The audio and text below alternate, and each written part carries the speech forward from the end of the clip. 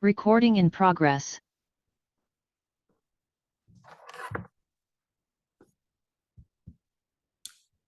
So before starting this lecture, I have two notices.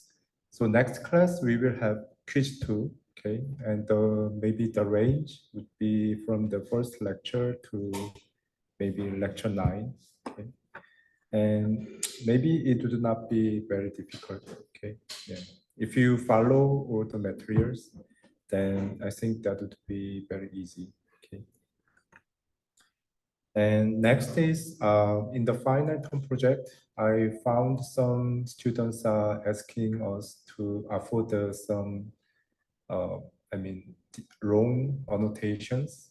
So I think, yeah, currently the TAs correct them and re-uploaded the annotations. So in train.json, there was two problems. The first is maybe one sample's tracking result. Anyways, their class label was wrong. So their labels are saying this person, but the detection box is denoting some different person. So I think that is now corrected. And the other problem was there was some small bounding box appeared in some big bounding boxes. So I think, yeah, this is also resolved now. And yeah, these annotation files are corrected and re-uploaded. Okay, so, and if you have any other problems when conducting the final project, please ask it to, in Blackboard or directly mail me and also CC TAs. Okay, we will deal with that. Okay, and so by next Monday, maybe by this date, you have to upload 7-minute video, okay, for the presentation. But maybe I can extend the deadline by maybe 1 day. So I will announce this. So maybe that would be by Tuesday, 28th of May. Okay, so I will extend the deadline for that, and maybe the day after this deadline, we will watch and have the Q&A session. Okay, watch the video together and have the Q&A session. Okay.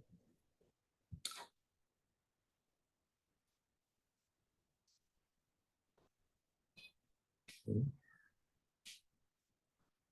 That's the remaining schedule, and so we learned about the this clip last lecture. So this is the approach that can align the text and also the image features. Okay, so we extract some batch-wise text features, and also we extract some batch-wise image features and apply the contrastive learning that maximize the similarity for correct pairs, correct image and text pairs, and decreasing their similarity for incorrect pairs. Okay. Then what can be done is we can do some zero-shot prediction. Okay, so given some image whose class is not known, we can extract their feature, image feature, via the image encoder. And for random text prompt, we can extract their text feature and compare. And for extracted text features, we can compare their similarity between the image feature. And if we select the best matched text, then that would be the class for these images. Okay, so somehow we can do classification for, unknown classes. Okay.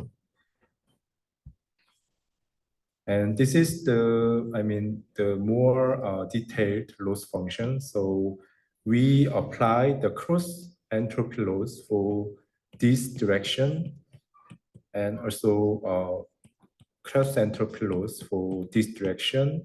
And actually what we do is we apply the cross entropy laws in two directions, and we will somehow average their two cross entropy losses and minimize both. Then that is the thing I mentioned to you. So maximizing the diagonal similarity and penalizing all other similarity. Okay. So this is the clip. So this is the pseudocode for training the clip. So here, image encoder and text encoders are, defined, and this is denoting the text feature and image feature, and we will normalize them.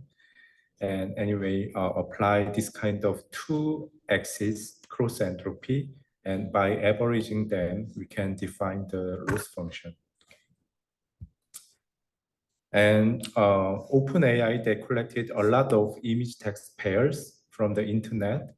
And also for the architecture of the image and text encoders, they are using the transformer-based architecture. So for the text encoder, they are using the original transformer.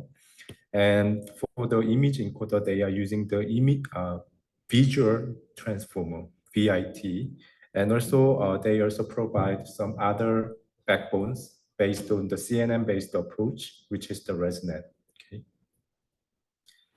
And the important characteristics of the clip is they can do zero-shot image classification. Okay, so this is somehow the ImageNet score. So within the ImageNet, that we can split the training and testing, and we can train the network based on the using the train set, and can evaluate our model using the test split of the ImageNet. That's here.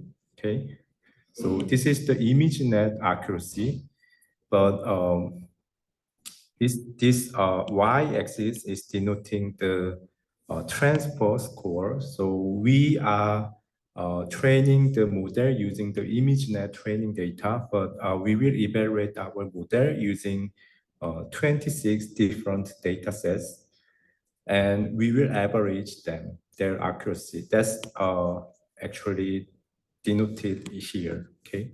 So if the model is ideal, it has to be the, the x-axis score and y-axis score have to be similar, but most of the deep learning approaches are suffering from the generalization ability. So if the training data set is different from the testing data set, then their accuracy are somehow below their original training data domain.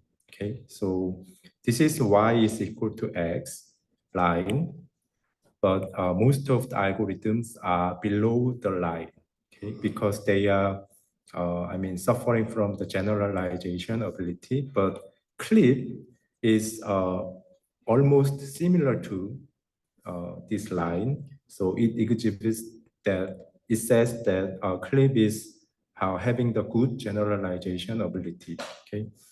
And also this x-axis is showing the speed of the model. So this is the speed or number of parameters.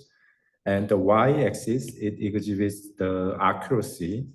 So most of the algorithms, if their backbones are becoming complex, their accuracies are somehow correlated.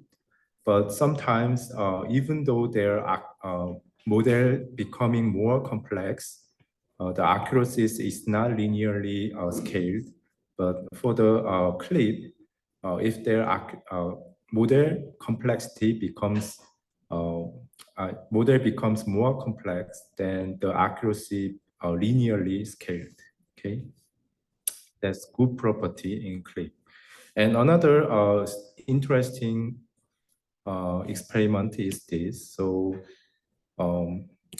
zero-shot clip means they train their clip model using this amount of large-scale data set, and they do not fine-tune the once trained clean model on the specific data, but they apply that clean model on maybe many image classification data sets, such as Stanford cars and food 101 kinetics.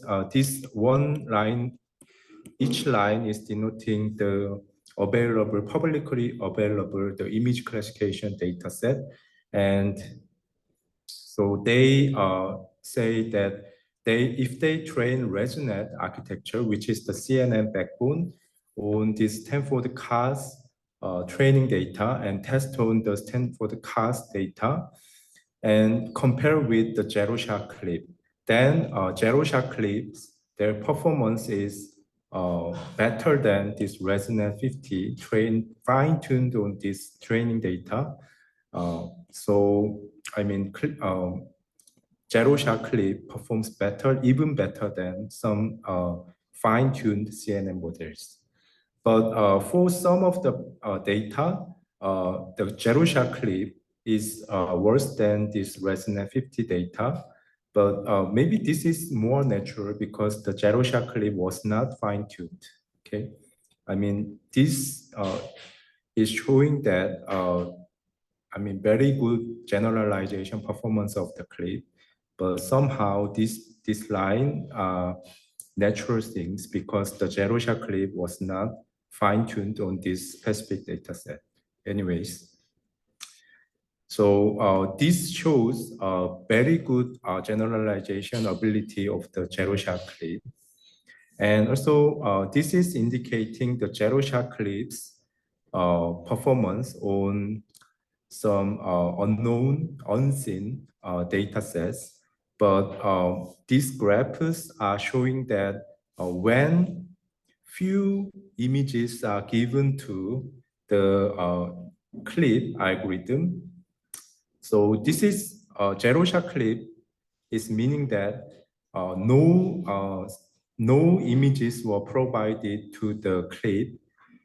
And I mean, no further fine-tuning has been performed, and they evaluate their models in the zero-shot manner. But these slides are saying that only one samples are available to this clip model, and the clip was fine-tuned using that one samples per each class. Okay. So this is called as the few shot setting. Okay. During the training, we are available. Some of the images are available per each class, and we can fine tune the model using very few images. So that setting is few shot setting. And if given more and more images are available, their performance are increasing. But if less than 4 images are available, then the zero shot clip is better than that. Okay, and for the few shot algorithm, among the few shot setting, the clip is better than other competitive algorithms. Okay, so I mean, by training the model using a lot of image text pairs, that can even better than some of the fully supervised learning baselines. Okay, and also it can provide very good zero shot and few shot capability. And another important characteristic of the clip is this one. So this is the original ImageNet dataset having realistic images for 1,000 classes. Okay, so ImageNet dataset is a large-scale classification dataset that have 1,000 classes. But there are some variants of the ImageNet. So for example, ImageNet Sketch, it has same category with the ImageNet dataset, but their images style is more like the Sketch.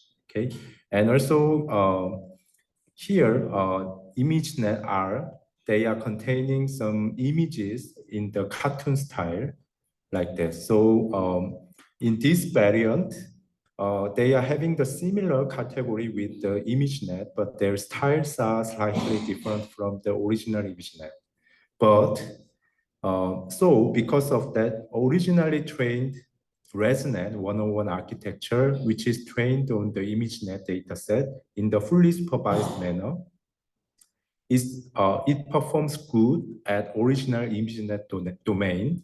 But if domains are changed, their performance for new domains are a lot reduced compared to the original domain accuracy. Okay, but the zero-shot clips performance is similar.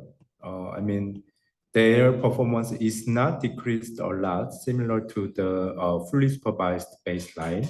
Okay, they can somehow retain some classification accuracy for new domain. Okay, so here that's indicating this graph is also indicating that fact.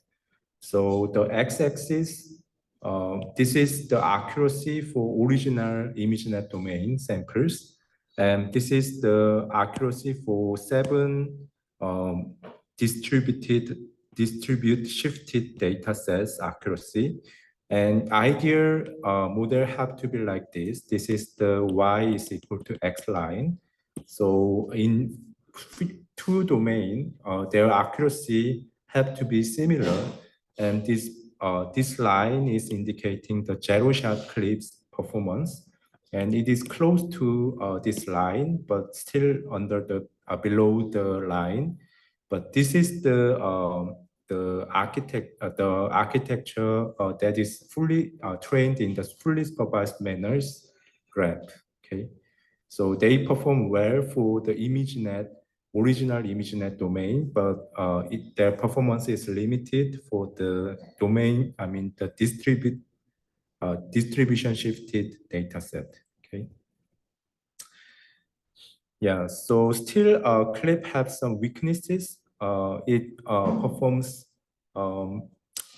Sometimes it performs good compared to the fully supervised manner, the baselines which is trained by the fully supervised signals, but normally its performance is below the state-of-the-art algorithms, and also, yeah, it's susceptible to adversarial attacks, and it is also weak on some more abstract tasks such as counting the objects. Okay. And yeah, anyways, CLIP is this kind of weaknesses, but at the same time, it has also exhibits very good attribute like zero shot. I mean, the generalization capability. Okay. And another weakness in CLIP is they are trained for aligning the text for the entire image. So they are suitable for image classification tasks, but they are not having good property for aligning the text to some of the regions inside the images. So this region clip was proposed to aligning the regional image features with the text prompt. Okay, so in the image, the whole image is well aligned with the text, but the regional features are not very good. Okay, so to compensate for these weaknesses, this region clip was proposed. Okay, so for example, the region text matching have to be like this. So they have to capture more knowns. So for example, this cruise and buoy and bike. Okay, so they are capturing more knowns. Okay, so to enhance this region text matching, this region clip was proposed. Okay, and what they have done is, this is same as clip. So they secure the text encoder and also the vision encoder, visual encoder. So this is indicating the image encoder, the whole image encoder, and this is the text encoder. This is same as the original clip, and they do some contrastive learning and align these two pictures. So by doing this, they first secure this text encoder. And then what they do is they extract the image regions, okay? And then freezing this text encoder, given text encoder, they train the visual encoder, which is dedicated to the regions, okay? And then apply the same contrastive learning approach, okay? And then they can obtain this regional vision encoder and can better describe the region, okay? So this is the original CLIPS result. So before the specific region, the CLIPS matching abilities are not very good. So for example, here, the person is there, but the clip says it is the Thai, okay? And here there are motorbike, but the clip is saying that there is skateboard. But when using the region-wise visual encoder, its performance is getting better, okay? So this is same result. And also clip, they are also improving the clips for, describing the regions, okay? So here what they have done is, they also have some prompt, text prompt, and they have the text encoder, and they have the visual encoder, okay? But this time their input is not the whole image, but they first extract some object proposals and then input it here, okay? And also they tokenize the text prompt and then input the words to the text encoder. And then they do this kind of contrastive learning. So this time the images are region-wise feature, okay?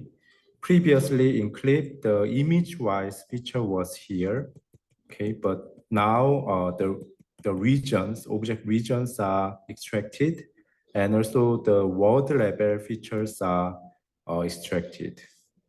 And they are applied with the contrastive learning.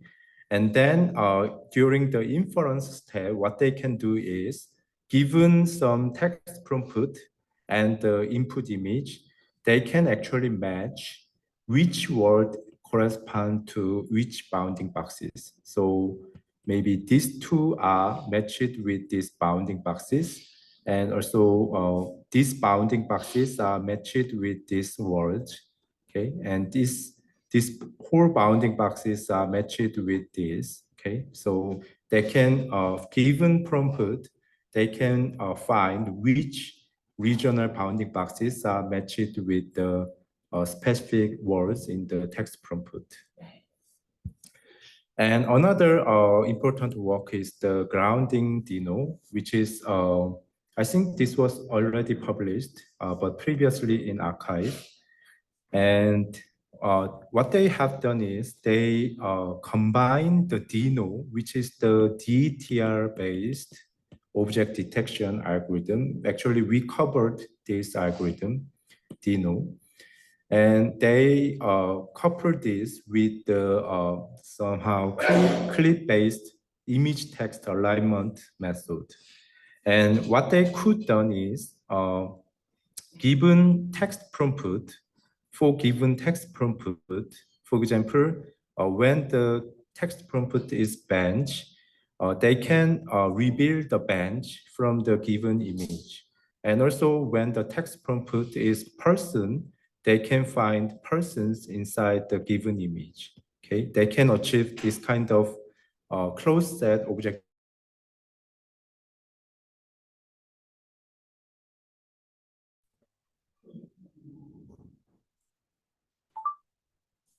Sorry, something is wrong. Maybe going.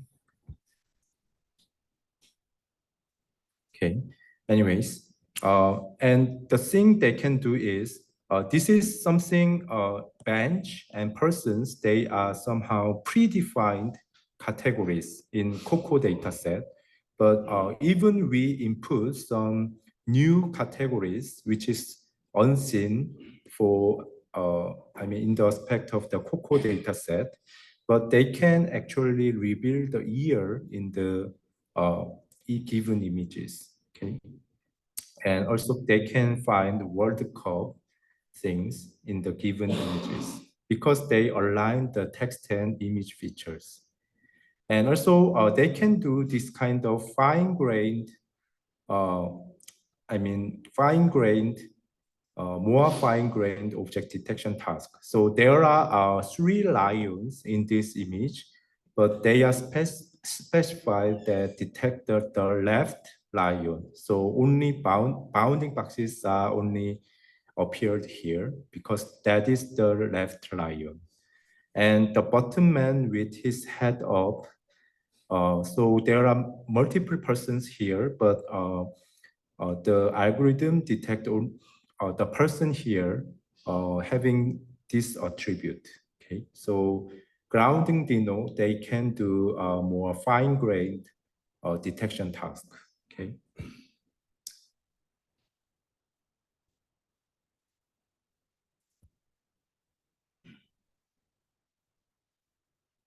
Okay.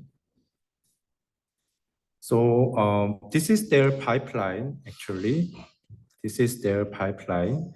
So this stream is the image stream, and this is the text stream. Okay, this is the overall model.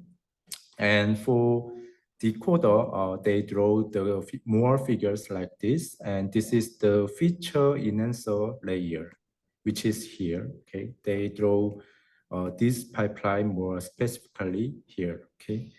So from the image, they have the image backbone, and also they have the text prompt, and they encode them using the text backbone. Okay, and somehow in the middle, they combine this image feature and also the text feature. Okay, so they have the image encoder, and inside the image encoder, they have 2 cross attention mechanism.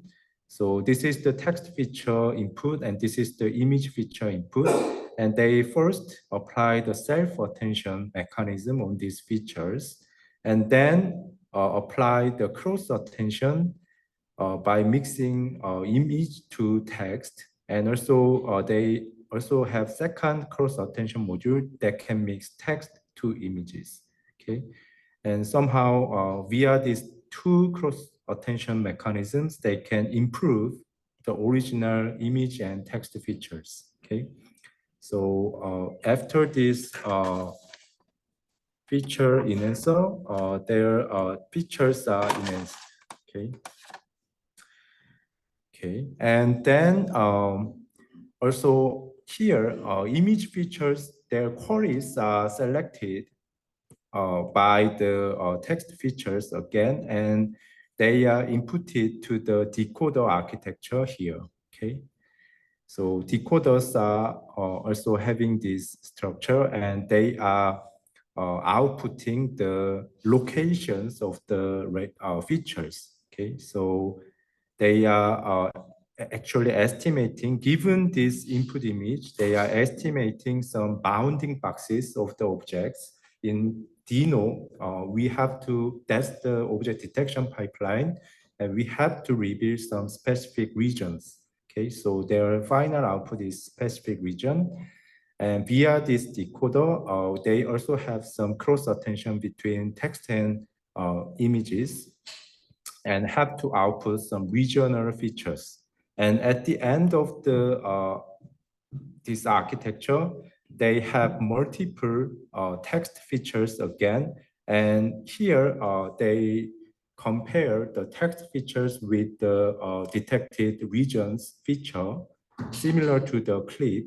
Okay, and then find the maximum the text description that have the maximum similarity to the regional feature. Okay, so that happens in grounding Dino. So because of that, they can find record it as the very competitive the algorithm, object detection algorithm, and somehow here they are saying they somehow mixing the text and image features in multiple layers. So this is the backbone, neck, head. They somehow doing the feature fusion in multiple layers. And also previously, most of the algorithms are aligning the text and image features in the sentence level, and the glib, this approach, they are aligning the text and images by tokenizing the sentences into the words. So there are too dense relationships are modeled between unnecessary words. Okay, and this is too coarse because they only find the relationships between whole sentences. But somehow they are saying inside the grounding denote, they can find the sub-sentence level relationships between among the text, because they have they use the multi-level feature fusions. Okay, so they are saying this is more, optimal selection, maybe for encoding the text features. Okay, anyway, this is the grounding deno. And also there have been some effort to make the some foundation models for the segmentation algorithms. So, and also here, this kind of thing has been done. So given some text prompt, given the image, we can find the segmentation masks for this to fit to this segmentation, this text prompt. And also what we can do further is, given some initialization point, we can generate some masks around this point. And also given some bounding boxes, inside the bounding boxes, we can make some fine masks that better describing the object inside the bounding box. And also given some initial masks, we can make it more fine for better capturing the objects. Okay.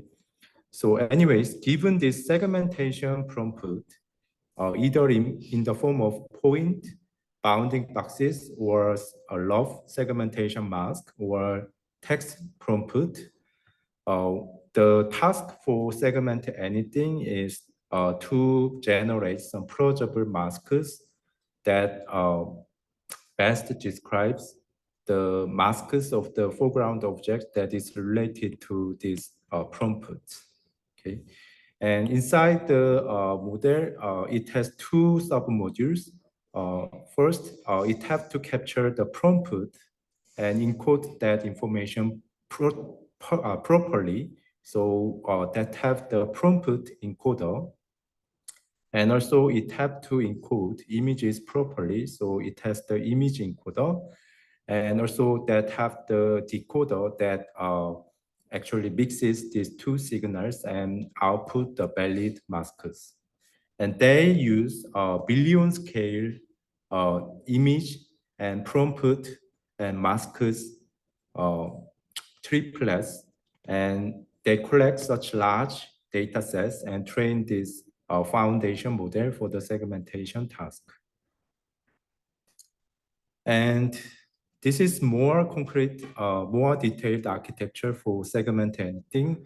So it has the image encoder here. So in here, they are drawn to have the parallel image encoder and prompt encoder, but in reality, they first encode the image encoder.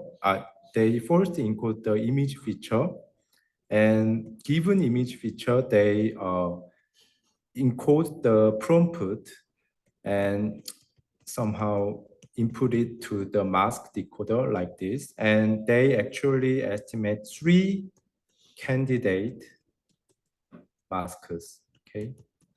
So why 3 is we can see them, maybe see the regions in the subsequent experimental result. But I mean, rather than estimating 1 masks, estimating 3 candidate masks that performs better. So they they decided to estimate 3 candidate masks. And also they estimate their corresponding scores. So they choose the one mask at the final stage that have the largest score. Okay. And most of the encoder and decoder, they are composed of the transformer architectures. Okay. So this is the result of the segment anything. Okay. So, maybe if you give some prompt here in the form of point or rough segmentation mask, or even in the bounding box form, or specify give only the text prompt, then the algorithm, this model will generate the masks that is related to that prompt. Okay, that is the segment anything model. So when compared with the state-of-the-art segmentation algorithm on many data sets, so this is also similar to the way comparing the clip to other algorithms. So this is actually measuring the zero-shot performance. Okay, SAM is trained by some large scale triplets, but rhythm was trained by each data set. But segment anything exhibits very good performance compared to the fully supervised model. And it says, they are saying that this is very good for generalization ability. And for some of the data sets, this zero-shot algorithm is less performed, but they are not fine-tuned on that specific data set. So, somehow this is very natural thing, okay? And this is the measuring the performance of the segment anything algorithm. So the purple is measuring the ground truth, their accuracy. So even ground truth is also have some subjectivity. So if human annotators, they evaluate the ground truth segmentation mask, their scores are varied, okay? But the SAM, which output three candidate masks, their performance is close to ground truth, but sometimes it's less than ground truth. And if SAM output only the single output, their performance is further decreased. And rhythm, this is the state-of-the-art algorithm that is far below the SAM. Okay. And when given more prompt, so if the prompt is point format, just 1 point prompt and 9 point prompt, their performance are becoming better and better if more concrete, more detailed prompt are given. But thing is, SAM performs very well even given only one, less prompt, given less prompt, the SAM works very well. And the oracle here means that given 3 output masks, the candidate masks, there are 3 candidate masks, and oracle means they select the one that is very close to the ground truth by measuring the distance between ground truth and the estimated masks. Originally, in the SAM, they have to select the final mask based on the confidence score of the mask. But in Oracle, they directly compare the segmentation mask with the ground truth and find the one that best matches to the ground truth. Anyways, this is indicating that SAM can have at least one mask which is very close to the ground truth, even with less prompt. Okay, but a rhythm that is performing even better than SAM if more prompts are given as the input.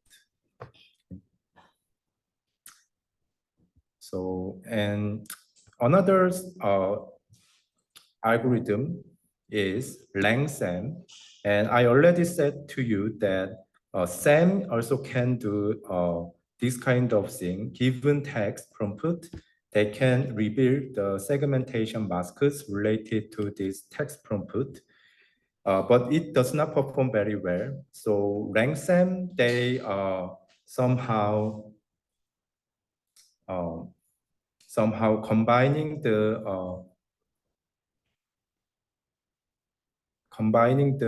text prompt more actively to the SAM approach. Okay, and they are not a paper, but they are kind of open source project. So their code is appeared in the GitHub. So you can freely use them. So here, the person text prompt is given as person. Then given the image, you can detect that as the bounding box, and also can find this fine-grained segmentation maskers. Somehow they use the grounding deno to detect the humans. Given text prompt, they use grounding deno to rebuild the bounding boxes, which is related to the text prompt, and then apply the SAM afterwards. Okay, so you can freely use this algorithm. And another interesting text image aligned work is the DALL-E, which is also proposed by the OpenAI. And what they have done is text to image generation task. Okay, so given some text prompt, what they have done is generating plausible images, which are fit to the text prompt given. Okay, and previously this kind of works have been done using the GAN-based framework, but this DALL-E is more based on the VAE. And they also used some transformer-based model and collected a lot of data sets, and actually showed that this kind of architecture combined with large-scale data set can achieve this text-to-image generation better than this GAN-based approach. Okay. So they train the VAE, which is variational autoencoder architecture, which is composed of the transformer-based architectures. And also they align the text features of this DVAE architecture with the latent vector. So, I mean, I'm assuming that you are familiar with VAE. So that is also composed of encoder and decoder. And VAE, their output and input are same. So their task is regenerating given images. They encode first features of this input image, and then using decoder, they can reconstruct the original image. Okay, and then so that's the thing in here. The first thing they reconstruct and train the VAE using only image data. And then the second thing is they align the intermediate features with the text information. Then this decoder part can do text to image generation. Okay, so given text aligned features, they can generate images. That's the DALL-E algorithm. And then after that, somehow the diffusion algorithms are appeared. So, but I think these diffusions are, beyond the scope of this lecture. I recommend you to take the deep generative model for learning this diffusion model. Anyways, I will briefly introduce this diffusion model. The VAE, as I mentioned, they have encoder network and decoder network, and their task is given X to reconstruct some X prime, which is same as X. Okay, this is the VAE, variational autoencoder algorithm. So in the middle, they capture some feature vector, but their purpose is reconstructing this image again. Okay. But the diffusion model, what they are doing is somehow similar to VAE, but rather than this encoder decoder architecture, explicitly having this architecture, deep learning architectures, what they do is they actually add noises for encoding part. Okay, so they actually gradually adding some Gaussian noise for input images. And then after adding many Gaussian noises, they can get some feature representation. And next thing they do is they now have to, so in this direction, called as forward process, they add Gaussian noise, okay? And in the backward process, they actually reconstruct let's say this was xn, this is x1, x2, which this x1 is once added noise. And if we add noises twice, then it becomes x2. And this xn is obtained by adding Gaussian noises n times. Then the next thing we do is, in the backward process, we remove Gaussian noise one time. So actually, I mean, given xn minus 1, given xn, we have to generate this xn minus 1 images. So here we need the transformer-based architecture that can reconstruct these unnoised images from noised images. Okay, and in the backward step, we train this sub-transformer to unnoise the images. And we actually apply this n times to get the original image x0, okay? So anyways, in the forward process, we add the Gaussian noise. Here, we don't need any architecture or deep learning architecture, but in the backward process, we have to learn some network that can unnoise the signals. And using this diffusion mechanism, it is known to generate more natural images. Okay, and also applying these noises and unnoise the signals can be done in the image space. That can be done in image space.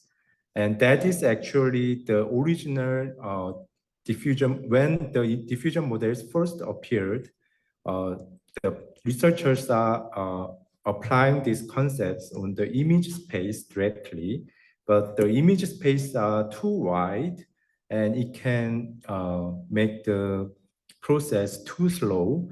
So this kind of latent diffusion model has been proposed. And what they have done is they first apply encoder.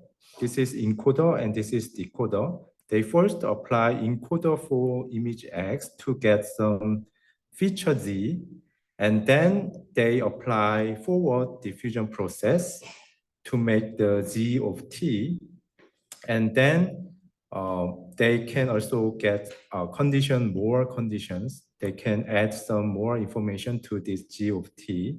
But anyway, except for this, what they have done is from this G of T, they apply inverse, the backward process on this in this feature space to denoise the feature space G. Okay, and then given this feature space, they apply the decoder to reconstruct the images. So latent diffusion model, they apply the diffusion process in the feature space rather than the image space themselves, okay, to accelerate the speed. Okay, that's the latent diffusion model. And the stable diffusion, actually, that is actually based on these LDM models. Okay. Anyway, the DALL-E 2 is also using this kind of concept and using these diffusion concepts. So they first aligned the text encoder and image encoder using the clip object, and so